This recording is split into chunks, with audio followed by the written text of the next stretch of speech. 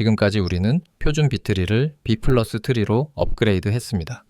리프들을 연결하기 위해 아주 중요한 넥스트 포인터를 추가했죠. 그리고 분할 로직을 바꿔서 키를 복제하도록 만들었습니다. 이론적으로는 데이터베이스 저장소의 완벽한 구조가 되었을 겁니다. 하지만 이론과 실제는 다른 법이죠. 오늘 우리는 이 코드를 직접 구동시켜 볼 겁니다. 9단계의 실험을 통해 B 플러스 트리의 가장 중요한 두 가지 특징을 검증할 것입니다. 첫째, 복제 승격 분할입니다.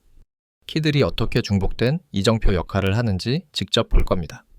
둘째, 황금 체인입니다.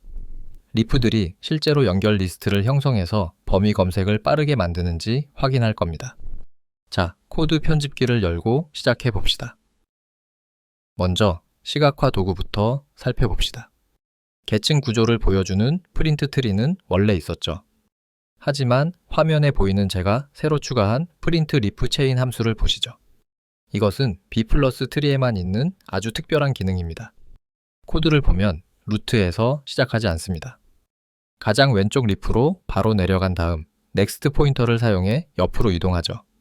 만약 이 함수가 정렬된 숫자 목록을 출력한다면 우리의 연결 리스트 로직이 완벽하다는 뜻입니다. 먼저 t는 3으로 트리를 초기화합니다. 수학 공식을 기억해 보시죠. 노드당 최대 키 개수는 rt-1입니다. 따라서 2 곱하기 3 빼기 1은 5입니다. 각 노드는 5개의 키를 가질 수 있고 6번째 키를 삽입하면 분할됩니다.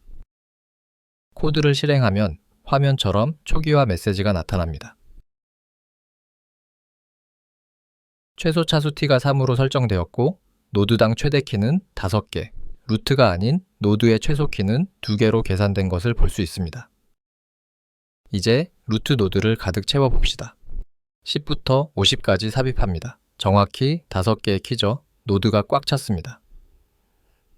그리고 프린트 트리와 프린트 리프 체인으로 현재 상태를 확인합니다. 자, 결과를 보시죠. 레벨 0의 리프 노드에 5개 키가 모두 들어 있습니다.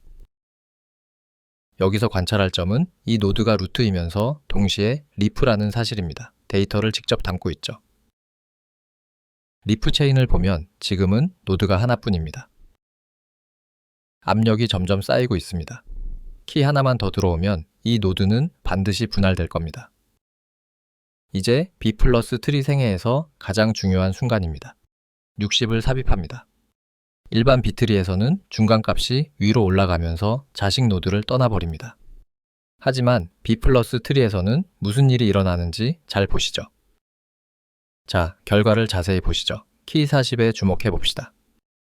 40은 부모 노드, 즉 레벨 0에 있습니다.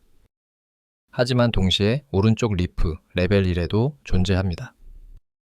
이것이 바로 키 복제 승격 연산입니다.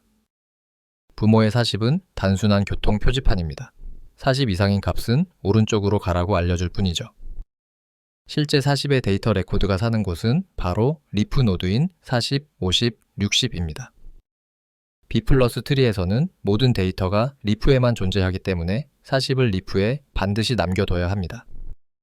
그리고 리프 체인을 확인해 보십시오. 두 리프가 물리적으로 연결되었습니다. 성공적으로 꿰맨 것이죠. 자, 이제 숫자를 좀 더 많이 추가해 보겠습니다. 70, 80, 90 같은 큰 수들과 15, 25 같은 작은 수들을 포함해 10여 개의 키를 더 삽입할 겁니다. 이제 트리는 넓고 균형 잡힌 모습이 되었습니다. 레벨 0은 구분자 키들을 담고 있습니다. 25, 40, 55 같은 것들이죠. 그리고 레벨 1은 모든 데이터를 담고 있습니다.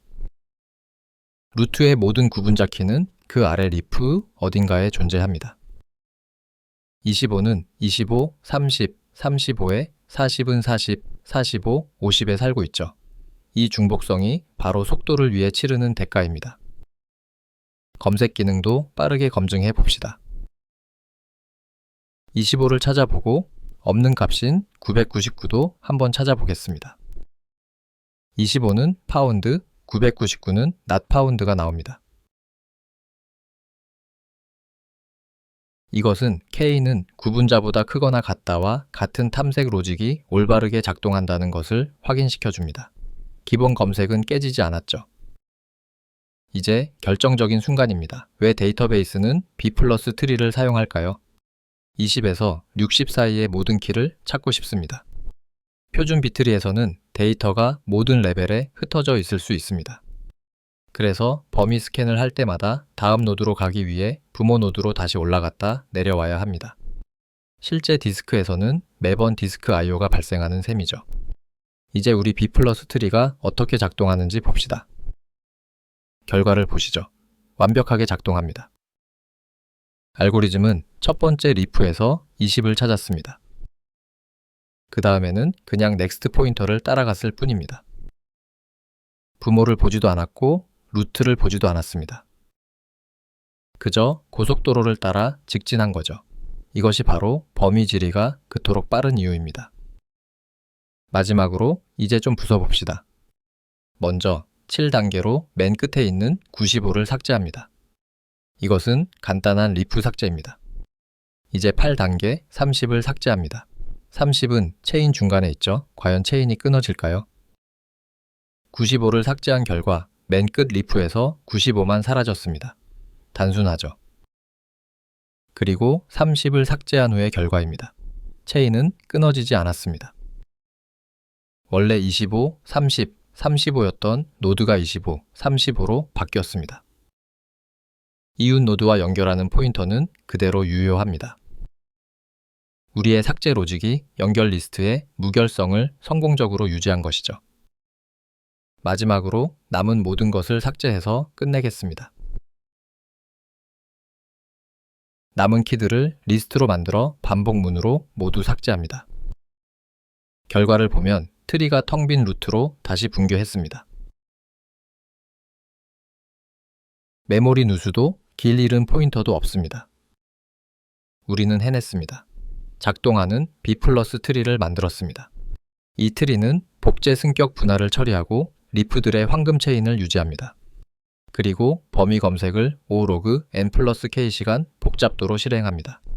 시작 리프를 찾는데 O 로그 N K개의 결과를 스캔하는데 OK가 걸리는 것이죠. 일단 진입점을 찾으면 나머지는 그냥 직진 고속도로입니다. 하지만 우리 코드를 마지막으로 한번 보시죠. 우리는 파이썬 리스트를 사용하고 있습니다. 이것은 메모리 상의 동적 배열이죠. 실제 데이터베이스는 파이썬 리스트를 사용하지 않습니다. 그들은 고정된 크기의 디스크 블록을 사용합니다. 보통 4KB, 8KB 또는 16KB죠. 지금까지 B 플러스 트리를 같이 테스트해 보았습니다. 고생하셨습니다.